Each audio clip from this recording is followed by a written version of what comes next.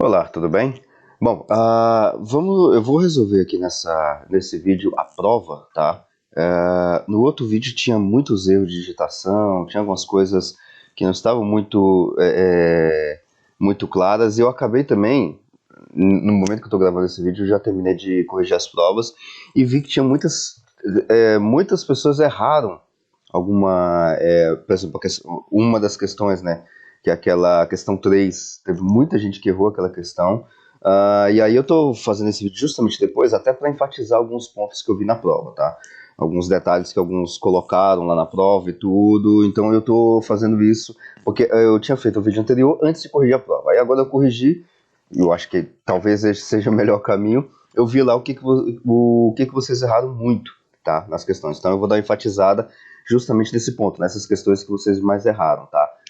Até para dar um acertado, porque a gente não vai ter tempo de detalhar em sala de aula, prova e tudo mais, tá? Mas a gente pode depois conversar individualmente, ver qual que é a questão que você errou, por que que você errou e tudo mais, tá? Dá pra gente detalhar isso. Então, eu vou deixar esse vídeo gravado, então, de resolução da prova, melhor do que estava o anterior, tá? Então, deixa eu transitar aqui, deixa eu colocar aqui, esse aqui.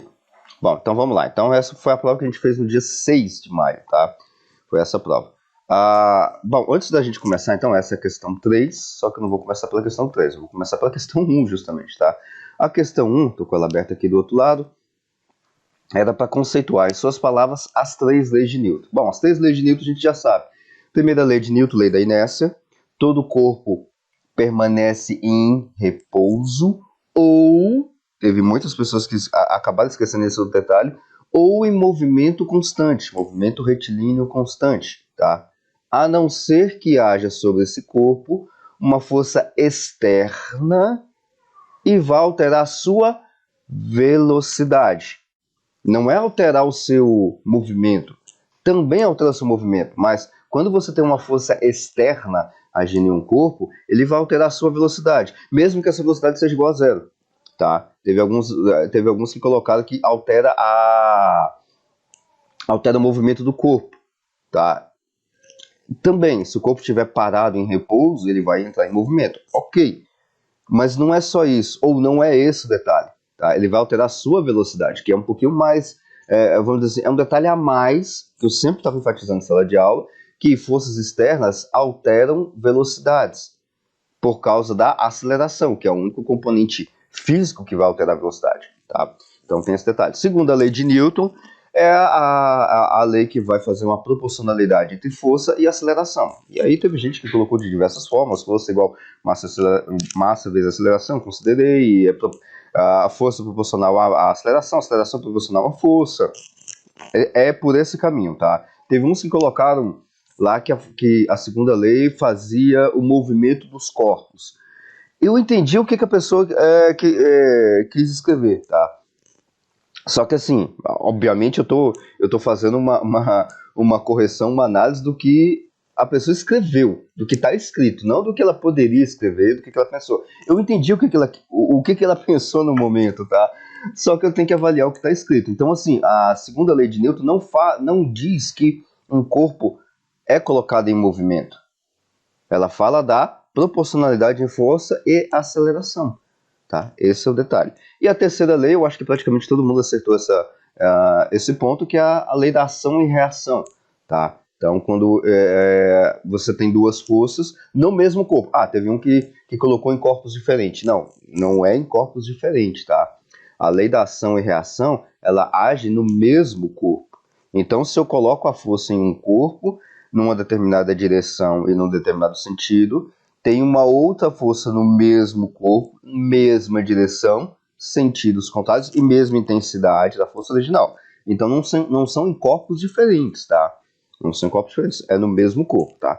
Então essa foi a questão 1. A questão 2 era bastante tranquila, teve um ou outro que errou essa questão. Qual a diferença entre deslocamento e trajetória, tá? Deslocamento, inclusive isso foi até tema da nossa segunda aula, se não me engano, ou foi da primeira ainda, tá? Deslocamento e trajetória. Deslocamento é o quê? É o quanto você deslocou do seu ponto inicial. Só. Né?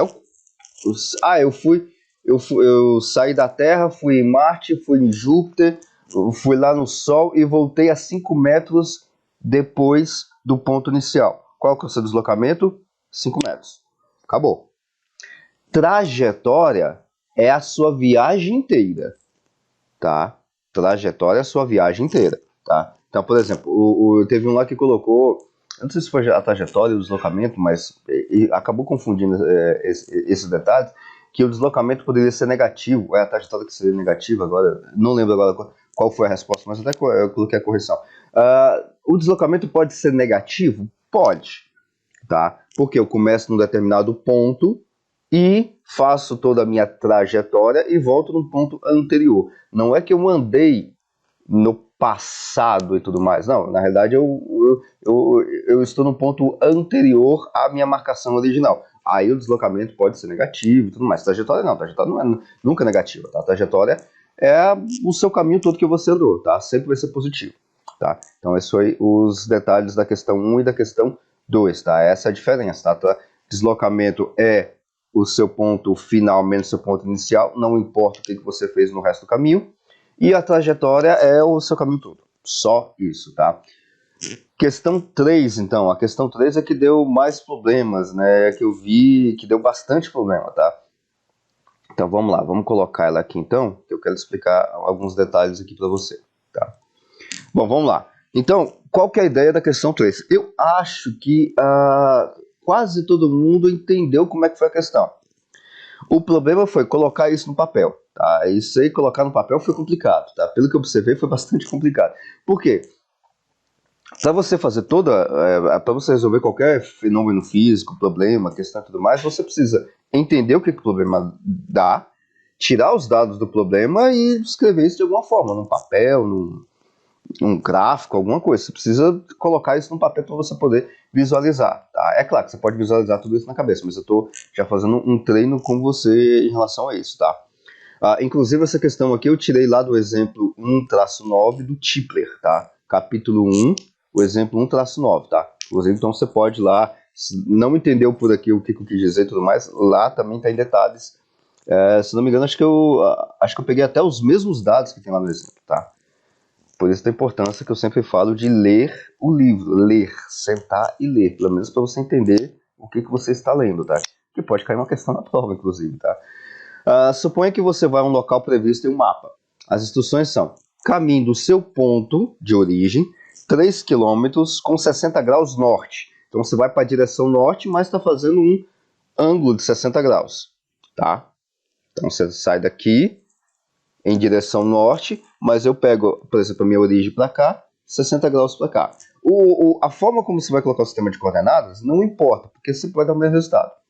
Teve alguns até que fizeram umas contas bem complicadas, até para eu poder entender o que o cara estava fazendo. Tá? Eu entendi o que ele estava tentando fazer, mas ele se perdeu na hora de fazer o sistema de coordenadas. Tá? Então assim, você pode colocar o sistema de coordenadas que você quiser, dá certo. Só que você tem que pegar um sistema de coordenadas, igual eu sempre falo em sala de aula, um sistema de coordenadas que vai te facilitar a vida, não te complicar. Tá? Você tem que ter uma quantidade de cálculos menor usando o sistema de coordenadas. Se você começou a usar viu que estava muito complicado esse sistema de coordenadas, muda para outro, coloca a sua origem em outro lugar. Tá? Observa como é que é a origem de outra forma. Se complicou, olha para o outro lado, tá? Porque nessa prova, por exemplo, eu não coloquei nenhuma questão complicada praticamente, tá? Essa aqui talvez seja mais trabalhosa, tá? Então, muda o sistema de coordenadas. Ele tem que te ajudar, não te complicar, tá? Então, andou 3 km, 60 graus, e na direção norte. De leste a norte, eu coloco 60 graus, tá? Para o sistema de coordenadas que eu coloquei. Depois, lá no ponto que eu andei depois de 3 km, eu peguei daquele ponto com um ângulo de 40 graus na direção nordeste, tá? Então, 40 graus na direção nordeste, tá? Ou seja, norte para oeste. Nesse momento, depois da caminhada, você chegou no seu local do mapa, tá? Tá marcado lá no mapa. Então, vamos lá. Vamos tentar ver qual que é a trajetória total, se você sair do seu ponto e ir direto para a marcação do mapa, e qual que é o ângulo se você fizesse isso, tá? Vamos primeiro agora, então, entender isso num papel, tá? Num papel seria mais ou menos o seguinte: no sistema de coordenadas que eu coloquei aqui, que eu achei mais fácil, que é o mesmo que está lá no livro, que é até mais tranquilo para poder entender. No papel seria o seguinte, olha, aqui eu saio do ponto, chego até esse ponto aqui, 3 km depois. Aí eu tenho norte, leste, oeste para cá, pego 40 graus assim, oeste para norte. Poderia pegar de uma outra forma, de um outro jeito? Assim me facilita as contas. Igual eu coloquei aqui. Deu 2, 4, 6, 7, 8 contas. Assim facilita as contas. Então, tem que lembrar um outro detalhe, tá? A parte de trigonometria. É onde você coloca o seu... você começa a contar os graus, tá? Se eu começar a contar, fazer uma contagem de graus sempre do leste para oeste, ok. Eu vou manter esse leste para oeste todas as contas, para facilitar para mim. Então, se tem 40 para cá, daqui para cá, eu sei que aqui tudo tem 180, daqui para cá, 140. Eu poderia, por exemplo, igual alguns tentaram fazer, pegar aqui e fazer a contagem daqui para cá, e fazer a contagem do seno e cosseno aqui utilizando 40? Poderia, mas aqui não tem um ângulo reto, né? Veja que aquele negócio de hipotenusa, cateto oposto, cateto adjacente é para ângulo reto, né? Onde é que está o ângulo reto aqui? Não tem ângulo reto, tá? Então a gente tem que observar esse detalhe também. Aqui, por exemplo, daqui... então peguei daqui para cá, então eu vou utilizar para cá. Ou se eu usar o inverso daqui, ou seja, justamente pegar daqui para cá e fazer a outra contagem para cá, para dar o 40 graus para cá, também dá, só que vai ficar mais complicado, né? Fica mais complicado. Então, assim, em linhas gerais, como você vai fazer isso, você escolhe o jeito que você quiser. Tá? Para mim não importa a forma que você vai fazer, desde que você demonstre como é que você quer fazer e coloque os dados que vão ser, igual eu falo em sala de aula, invariantes. Os valores que estão aqui, esse valor 5,4, aproximadamente 5 e tudo mais, né? Só que aqui não vai dar exatamente 5 porque eu teria que, igual alguns tentaram fazer, né? Tentar achar um ângulo reto e tudo mais, não bate ângulo reto aqui, tá? Daqui para cá não bate ângulo reto. Só se eu curvar para cá, mas aí daria ângulo reto, mas não daria... Aqui a margem de erro de 400 metros é substancial, tá? Na realidade, esse valor aqui, se não me engano, dá 5,37, coisa assim. Então, assim, 5 km, eu entendi que você tentou fazer isso aqui, mas não bate exatamente com 3, 4 e aqui vai ser o próprio 5, tá? Não vai bater isso. Vai dar mais do que 5, tá? Mesmo que por aproximação a gente arredonda tudo para 5 e tudo mais, mas agora observa um outro detalhe, tá? 400 metros para uma escala de 5 km é muita coisa. Então, mesmo na aproximação que a gente sempre faz em sala de aula, é muita coisa, tá? É bastante coisa, tá? É quase 10% do valor. A margem de erro de 10% é muita coisa, tá? Então, por isso que eu não considerei aquelas questões que colocaram 5 km de... Lá colocou a conta certa, eu entendi, daria para arredondar em termos práticos, mas aqui não era o caso, tá? Aqui não seria o caso. Então, assim, como que você fez? Bom, aí você escolheria. Aqui, então, vamos lá. Explicando essa forma do jeito que está aqui, tá? Que é a forma mais simples do jeito que está. 60 graus para cá, entre aqui e aqui 40 graus. Então, você faz os 140 por aqui, tá? Então, por isso que as contas você vai fazer como se fosse um outro... Vai fazer esse prolongamento aqui, né? E um outro prolongamento aqui para você saber as componentes desse vetor aqui. Nesse quadrante daqui, tá? Com um ângulo de 140, tá? Então vai sair os componentes de A com os componentes de B, vai dar um valor negativo aqui e tudo mais, só que esse valor negativo, quando eu elevar ao quadrado e tirar a raiz, ele vai ficar positivo, tá? Então tá aqui mais ou menos as componentes de A, de B e C, que não é o que eu pedi, mas são essenciais para você fazer as componentes CX e CY, tá? Um outro detalhe é para você achar qual que é o ângulo que estava aqui. Aí também a resposta poderia variar, tá? Menos 73 graus se eu fizesse daqui para cá, 107 graus se eu fizesse daqui para cá. O valor não, vamos dizer assim, não importaria muito. Agora, aí é que está o detalhe. O ângulo que está aqui, 107 graus ou menos 73 graus, se você olhar para o outro lado, tanto que se você fizer as contas aqui, vai dar menos 73 graus. Tá, e eu achei o 107 da onde? Quando eu faço aquele rebate de menos 73 mais 180, tá? Pra gente colocar no quadrante positivo, tal, aquela coisa toda de trigonometria, tá? Não precisaria de tantos detalhes aqui. Se você colocasse qualquer coisa próxima a isso aqui, eu ia entender perfeitamente. Por quê? Por que eu ia entender? O principal é isso aqui, ó. Ângulo na direção noroeste. Norte para cá é oeste. Então tá apontado para cá. Veja que mesmo se você alterar o seu sistema de coordenadas aqui, colocar de uma outra forma e tudo mais para calcular esses ângulos aqui, você tem que colocar de uma certa forma que eu estou saindo de um ponto e indo na direção norte para oeste, noroeste. Como que seria colocar isso, o seu sistema de coordenadas, ao invés de você colocar aqui, ou colocar aqui, ou colocar aqui, ou tanto faz, ia dar a mesma coisa. Só que o ponto de eu sair e o ponto de eu chegar vai ser na direção indo para norte, oeste. Entende? Ou seja, não importa muito o meu sistema de coordenadas que eu vou escolher para facilitar as contas. Sempre escolha um que facilite essas contas.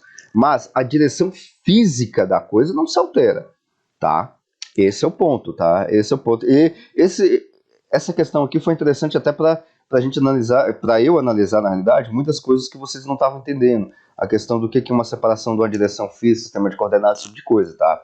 Então deu para eu ter uma ideia, né, melhor disso. Dê uma olhada de novo nessa questão, veja se está claro ou não alguma coisa. Dependendo da situação, a gente tira uma aula só para tratar desse problema, porque esse aqui é essencial. Você entender sistema de coordenadas, que é o que eu queria trabalhar aqui, e a parte física da coisa, tá? E a questão dos números em si, tá? Os números, a quantidade que eu vou andar, o ângulo e tudo mais. Ângulo pode até variar, tá? A quantidade que eu vou andar e para onde é que eu vou, isso é invariante.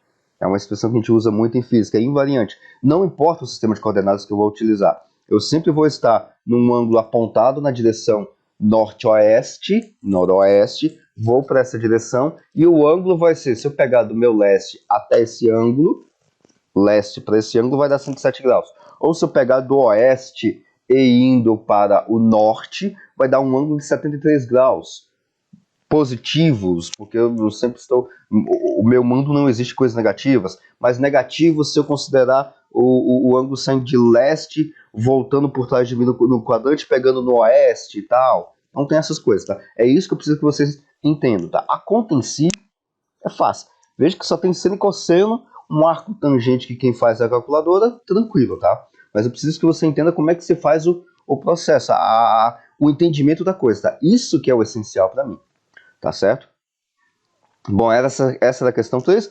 A questão 4 até que não teve muitos problemas, tá? Muita gente, acho que quase todo mundo acertou. Teve uns lá que deu meio acerto lá, porque eu pedi para as respostas estar em função de G, tá? Ou seja, um valor vezes G, tá? Alguns ou esqueceram, não fizeram e tudo mais, tá? Então, como é que era a questão? Primeiro, então, para facilitar as contas, né?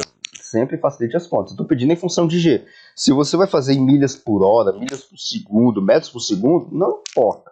Eu quero o valor em função de G. O valor em função de G, o G que a gente utiliza aqui no Brasil é metros por segundo ao quadrado. Agora, se você fez a conta em milhas por hora, por exemplo, e o G que você utilizou é em milhas por hora ao quadrado, vai dar o mesmo valor. É invariante, tá? De novo, uma forma de facilitar as contas é... Bom, vou trabalhar com aqui eu coloquei até... eu coloquei na prova, né? Na prova estava escrito para usar o G igual a 9,8, caso necessário, tá? Então, 9,8 metros por segundo ao quadrado. Então, você faça as contas em metros por segundo ao quadrado para facilitar suas contas. Primeiro, transforma o quilômetros por hora para metros por segundo grepado, né? Eu esqueci de colocar o outro, né? Não, é uma mesma velocidade com dois tempos, tá? Então transforma a velocidade em metros por segundo, tá? 96 km por hora vai dar, arredonda as contas aí, 26,7 metros por segundo. Tem uns que deram o valor 13,3, 3,4, 3,5, tem outros que colocaram 6, tranquilo. Eu entendi o que você fez e bate dentro da aproximação, dentro daquilo que eu queria. Tranquilo, considerei. Então, basta dividir 26,7 dividido por 2. 2 o quê? 2 segundos que um guepardo vai correr de 0 a 96 km por hora. Divide por 2. 13,3 metros por segundo ao quadrado, que é a aceleração do guepardo. A aceleração do carro é a mesma velocidade em 4,5 segundos. Divide isso por isso, dá 5,93 ou 6. Arredonda aí um pouquinho, tá? O que eu sempre estava falando é para não arredondar enquanto você está fazendo a conta, tá? Arredonda no final. Mas ainda considerei, tá tranquilo, tá? E aí, tá, e agora, como é que eu coloco isso em função de G? Divide o valor por G. O G é quanto? 9,8. A hora que você dividir, vai dar em função de G. 1,4 e 0,6, 0,61 G, tá?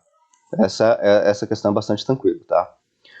Uma outra questão que eu vi que muita gente acabou errando por detalhes, tá? Por detalhes, achou a metade da resposta praticamente, tá? É um infrator que passa por uma escola a 90 km por hora e a polícia acionada parte do repouso exatamente quando o infrator passa por ela e acelera uma taxa constante de 5 metros por segundo, tá? Detalhe, muita gente fez essa questão da aceleração como colocando a aceleração é igual a velocidade dividido por tempo. Acaba também também, só que tem um detalhe. Por que não dá para colocar esse tipo de aceleração? Porque você vai ter uma aceleração aqui, eu até escrevi, ó, isso aqui vale para uma dimensão, para duas dimensões isso aqui não vale, tá? Para duas dimensões você vai ter que usar aquela outra equação, S igual a C0 mais V0t mais 1 meio de AT ao quadrado, tá? Qual que é a diferença das duas, tá?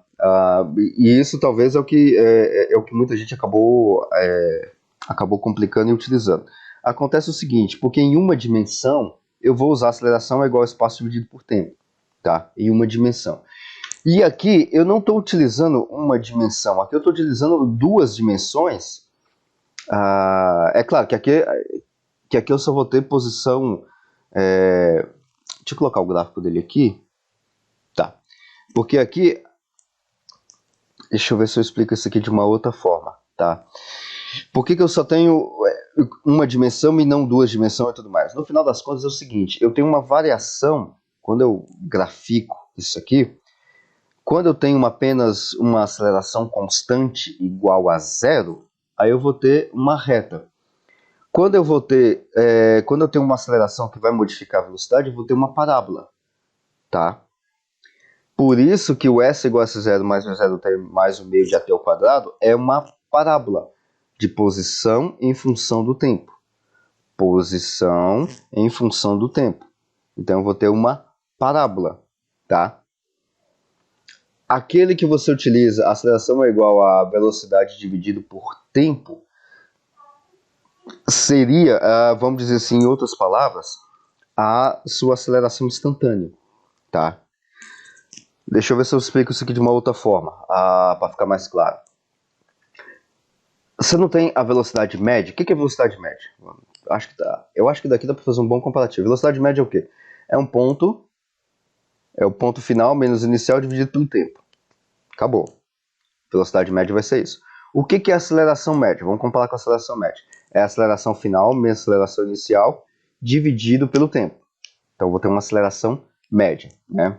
Ou seja, em todo o percurso eu vou ter a mesma aceleração.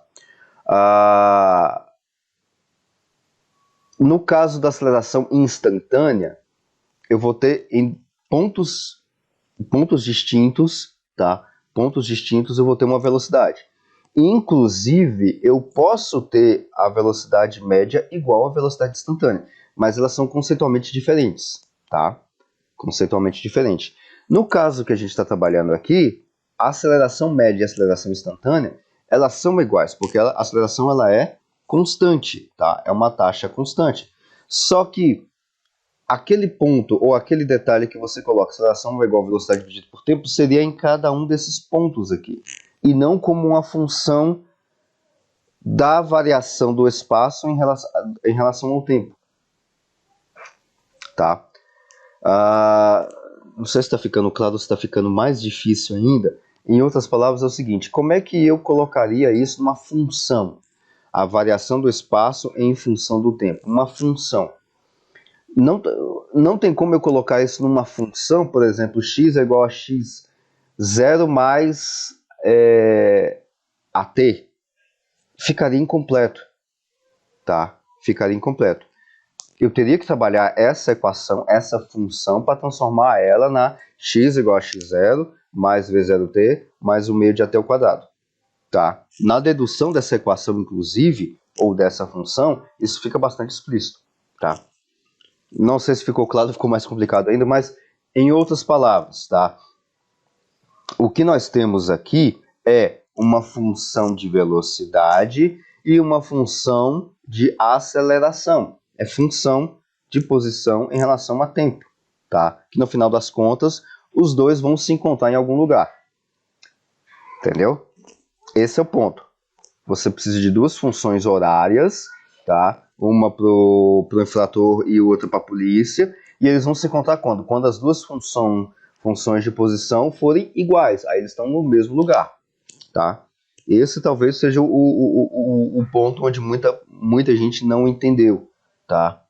Porque A igual a velocidade dividida por tempo é aceleração instantânea, tá?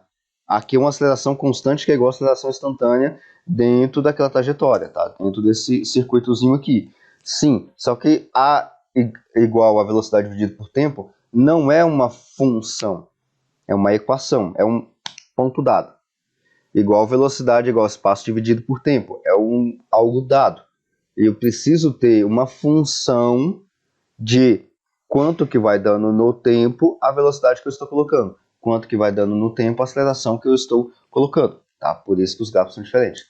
Veja se ficou mais claro assim, se não, me avise e a gente trabalha isso em sala de aula, talvez a gente faça até essa questão, ou abre até uma outra discussão a mais com relação a essa questão de aceleração e velocidade, tá? Se não ficou muito claro. Bom, as contas simples, você vai lá e destaca os dados da velocidade do inflator, joga para metros por segundo para facilitar as contas. A sua posição posição é igual a velocidade vezes tempo. Isso aqui é função, tá? Isso aqui é a função da posição em função do tempo. Escreveu, vai dar isso aqui. Da polícia, do mesmo jeito, só que tem uma aceleração no meio. Então, a velocidade inicial é 0, então nem coloco na conta, tá? Posição inicial é o XP. Aliás, a posição inicial é 0 também, tá? Então, XP é igual a X0P, é 0, não coloco aqui, mais V0T, velocidade inicial também é 0, mais 1 meio de at ao quadrado. Então tá aqui, 1 meio de at ao quadrado, então vai dar 5 dividido por 2. Então eu tenho a função horária da polícia, a função horária do infrator. Certo? Aí é que tá. Quando a polícia encontrará o infrator que andou 90 km por hora? Eita, volta. 90 km por hora. Em segundos. Bom, iguala os dois. Iguala essa função, iguala essa, porque quando as duas funções forem iguais, o tempo que vai ser dentro dessa igualdade é o tempo que os dois vão se encontrar. Então tá aqui. Tá? 25t é igual a 5 meio de t ao quadrado. Resolve essa continha. Simples. 10 segundos. Acabou.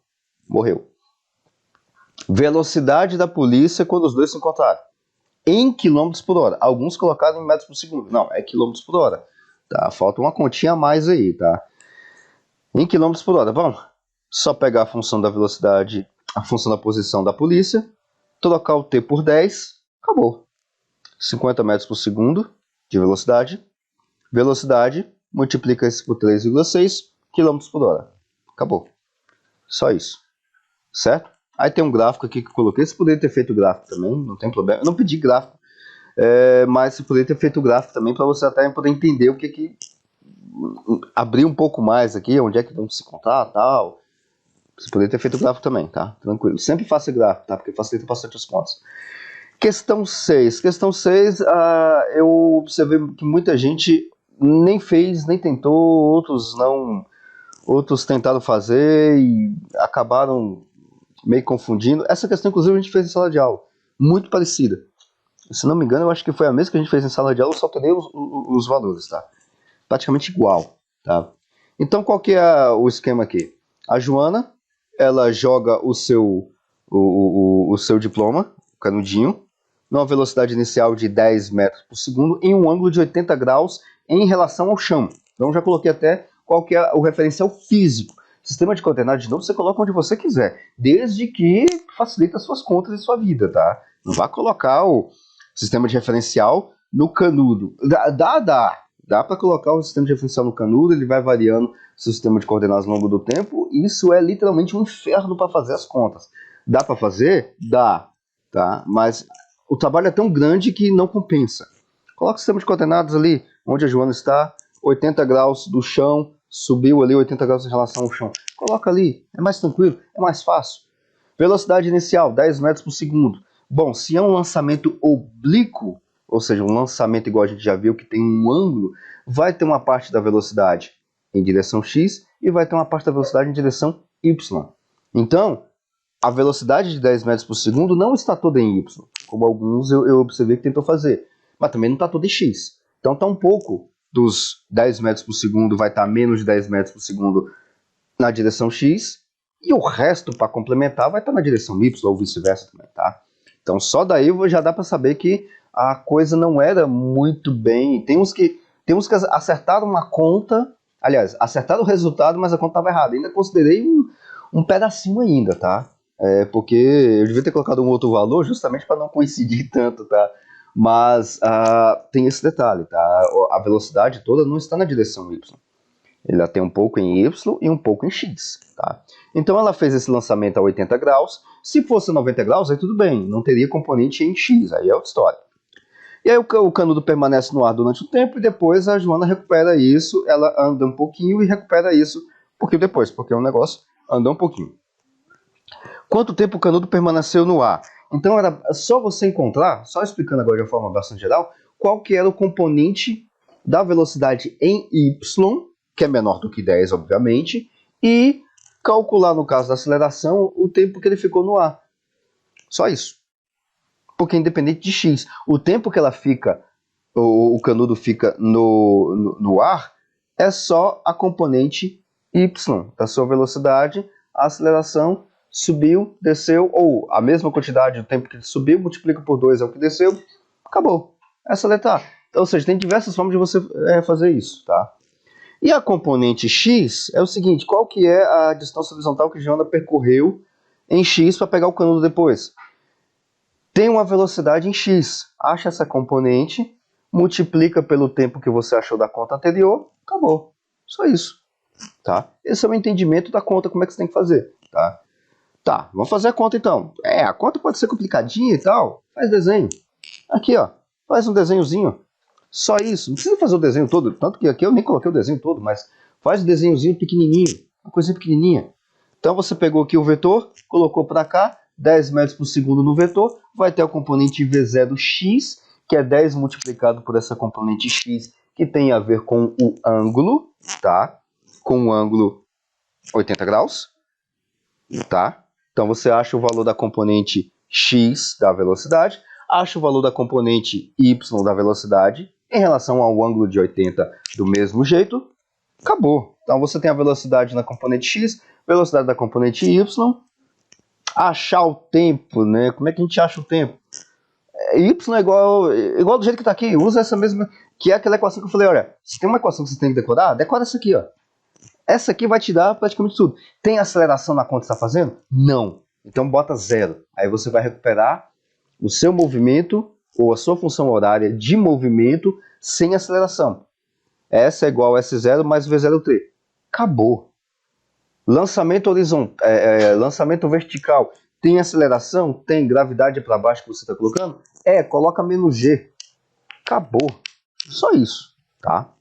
Então, colocando aqui, colocando nessa equação desse jeitinho aqui, simples, fácil, tranquilo, y é igual a y0 mais v0y, trabalho de forma separada, t menos, gravidade eu estou colocando para baixo, gt, g é o que? Aceleração gravitacional, considera 9,8, pronto, só isso. Lançamento horizontal, ou qual que é a posição inicial de y? 0, já cortou um bocado de coisa, né? Qual que é a posição final do y aqui, ó? Do jeito que está aqui. O negócio vai subir em y, vai lá para cima e vai descer e vai cair de novo em y. Qual que vai ser o y final? 0 também. Mete 0. Fechou a conta, acabou, tá? E aí, aqui eu já começo a manipulação das continhas, tá? Eu gosto de fazer toda a manipulação da equação e depois eu substituo os valores. Você pode fazer diferente também, não tem problema, tá? Isso aqui é a forma que eu recomendo fazer. Por quê? Porque não tem erro, ou não tem aquele carregamento de erro de aproximação que você faz da calculadora e tudo mais, tá? Então, tem essa forma. Então aí eu já começo a manipular. Aqui eu isolo o t, jogo o t para cá, aqui eu isolei o outro t, deu esses dois, então ficou 0 igual a t, entre parênteses, esse negócio do jeito que está aqui, tá? Tem duas soluções isso aqui, né? O t igual a 0, que não importa para nós. Fisicamente falando, o t igual a 0 é simplesmente o tempo inicial. Não é o tempo que ela ficou no ar, porque não ficou 0 segundo no ar, ficou algum tempo, maior do que 0. Então, essa resposta aqui está, vamos dizer, se a gente desconsidera t igual a 1, tá? Que é o tempo inicial. O tempo 2, que é o quê? É isso aqui igual a 0. Aí eu isolando vai dar... Aí eu coloco em módulo e tudo, tá? Você pode colocar, fazer as contas em módulo, pode facilitar também, tá? Então você jogou para cá, ficou negativo, jogou o menos para cá, o menos com menos vai dar mais, jogou o 2 multiplicando, então vai dar 2v0y, tá? Ou seja, a velocidade inicial em relação a y multiplicado por 2, e aí joga o g, que está multiplicando de um lado, para o outro lado, dividindo. Tá aqui. Vamos fazer essa continha. Essa continha que você tem que fazer, tá? Então eu preciso saber qual que é a velocidade em y, velocidade inicial, que é o 10 metros por segundo. Qual que é a velocidade em y? Ou seja, basta eu multiplicar a velocidade que eu tenho 10 pela sua componente em y. Só. Somente isso, tá? Aqui de novo eu fiz a continha. O que é v0y? V0y é a velocidade multiplicado por, deixa eu ver aqui, aqui é a componente y que vai ser do lado de cá, que é o cateto oposto ao ângulo que eu estou colocando para cá. Cateto oposto vai ter que ser seno. Seno. Então é o seno do θ 0. Estou colocando θ 0 aqui, mas você coloca θ do jeito que quiser, tá? Então V0 é vezes seno de θ. Aí eu substituo o VY por esse negócio aqui. Substituo aqui. Então vai dar 2 vezes V0 vezes seno de θ. Tá? Que é 80. Fazendo essa continha, 2 vezes 10 vezes seno de 80 dividido por 9,8, que dá, arredondando as contas, 2 segundos. Tá? Aqui dá 2,001 algumas coisas. Não tem problema, tá? Você pode usar isso, inclusive, aqui na conta, faz um arredondamento lá no final da conta e coloca, ó, arredondando, a conta vai dar essa.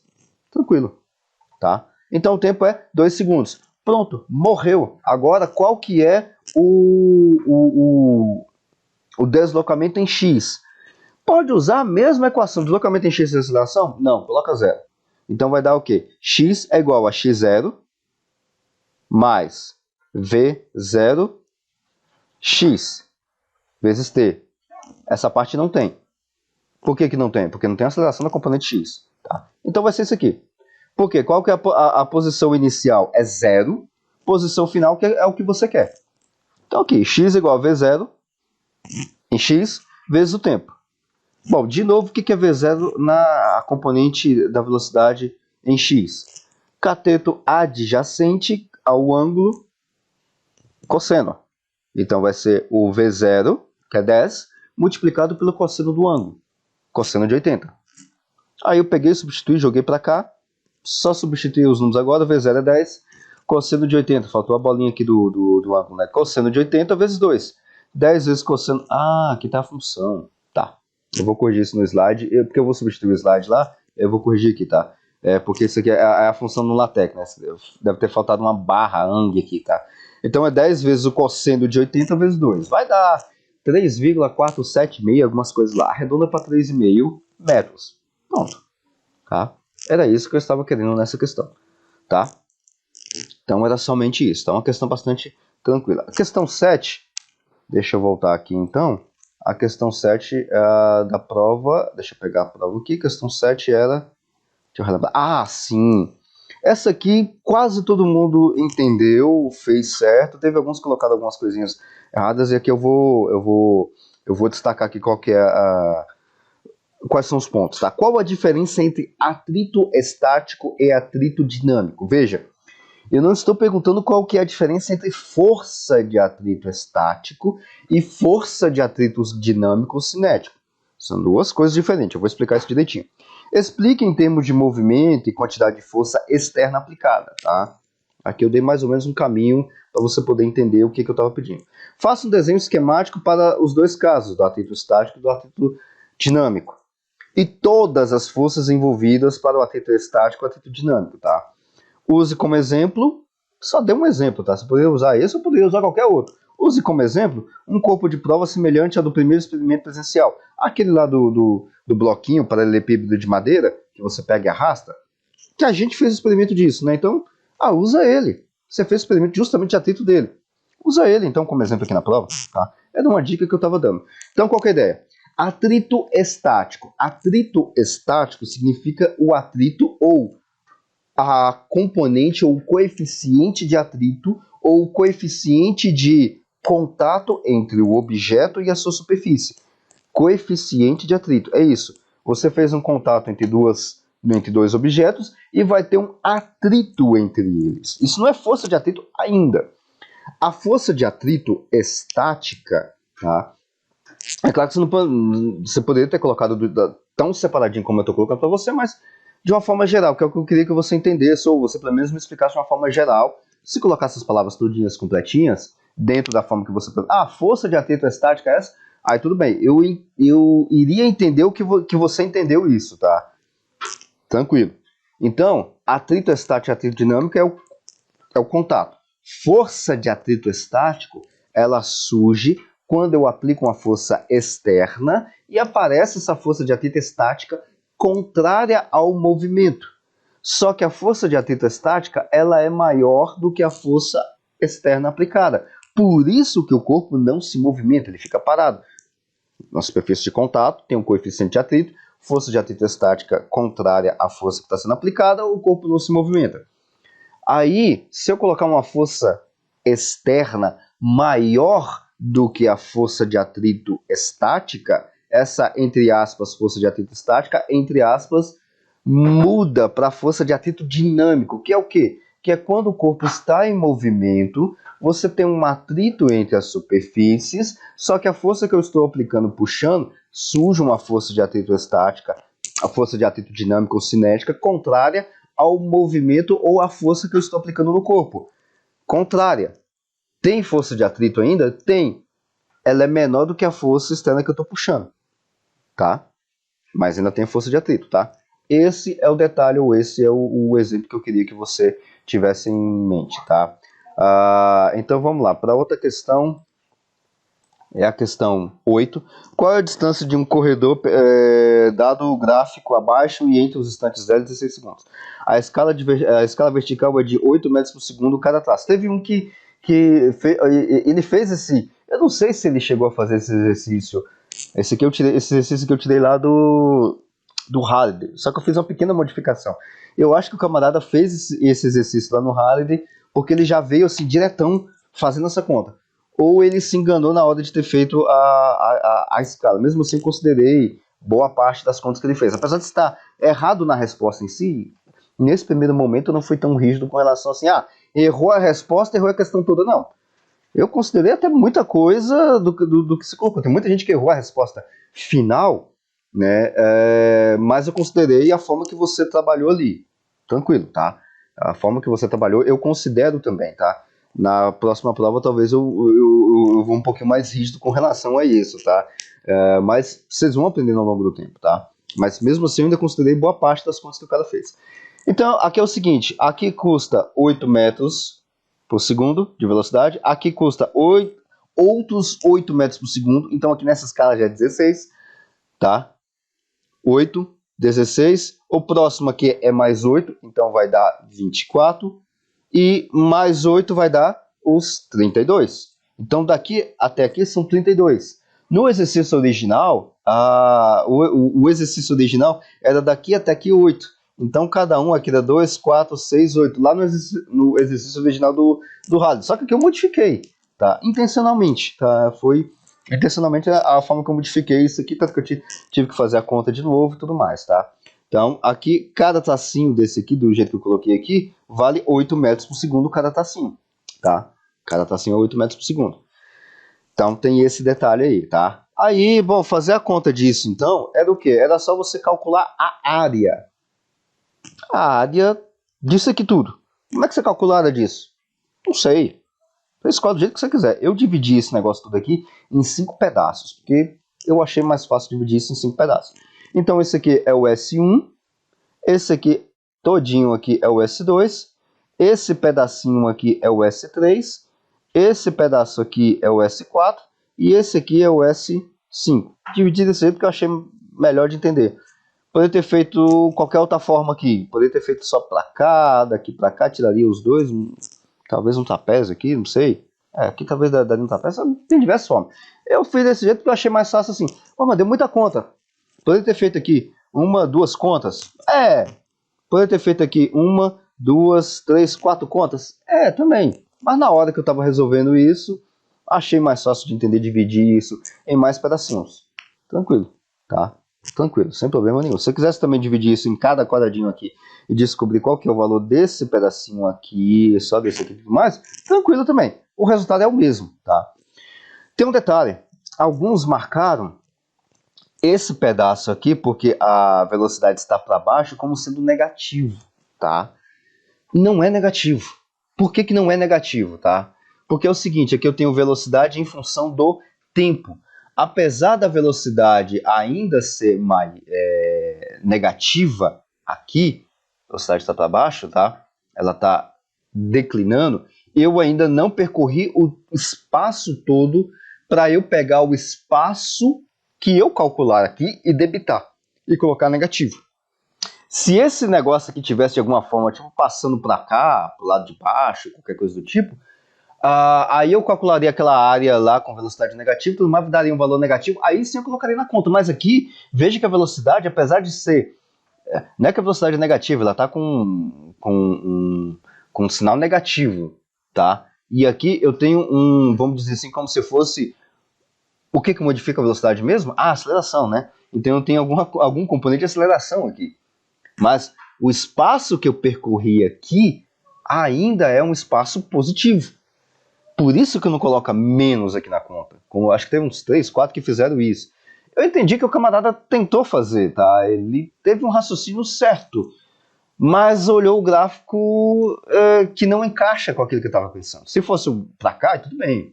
Aí seria uma velocidade negativa aqui, só a minha função horária que é negativa, tá? Tem uma diferença grande de velocidade negativa para função ser negativa, tá? Ou a tendência da velocidade ser negativa e tudo mais. Então, essa questão de gráfico aqui, tá? Então, as contas, fazendo as contas aqui, o somatório e tudo mais, vai dar aproximadamente não, vai dar 400 metros, tá? Questão extra ninguém fez, então ela está aqui novamente, tá? A questão extra determinar o ângulo de... Eu só vou deixar aqui para gravado aqui para depois, caso você queira, o ângulo e tudo mais, tá? E aqui estão as contas ainda tá certinho, tá? Eu puxei isso aqui, inclusive, do livro também, tá? Então tá aqui o somatório, a aceleração que é a aceleração centrípeta, tá? Então tá aqui as contas, o cosseno e tudo, e eu queria que você chegasse aqui. Mas essa questão, pelo que eu vi, ninguém fez. Questão extra significa o seguinte, questão que se você fizesse, qualquer valor que você colocasse aqui, ou acertasse toda a questão, é um ponto a mais. Se não fizesse, não debito nada também. Fizesse errado, ou seja, zero nessa questão, também não dá nada, tá? Então é simplesmente uma questão a mais. Só para fechar, então, deixa eu pegar aqui qual que é a próxima questão, que é a questão aqui. Desprezando a resistência do ar, qual objeto cai primeiro ao chão? Um livro de 2 kg ou uma folha amassada de papel de 5 gramas? Por quê? Praticamente todo mundo acertou essa questão, tá tranquilo, tá? Teve um ou outro ali que colocou uma resposta meio estranha com relação a isso, mas eu acabei considerando praticamente toda, ou quase toda a questão, tá? A ideia é o seguinte, a aceleração gravitacional age nos dois objetos juntos, tá? E os dois objetos vão cair juntos no chão.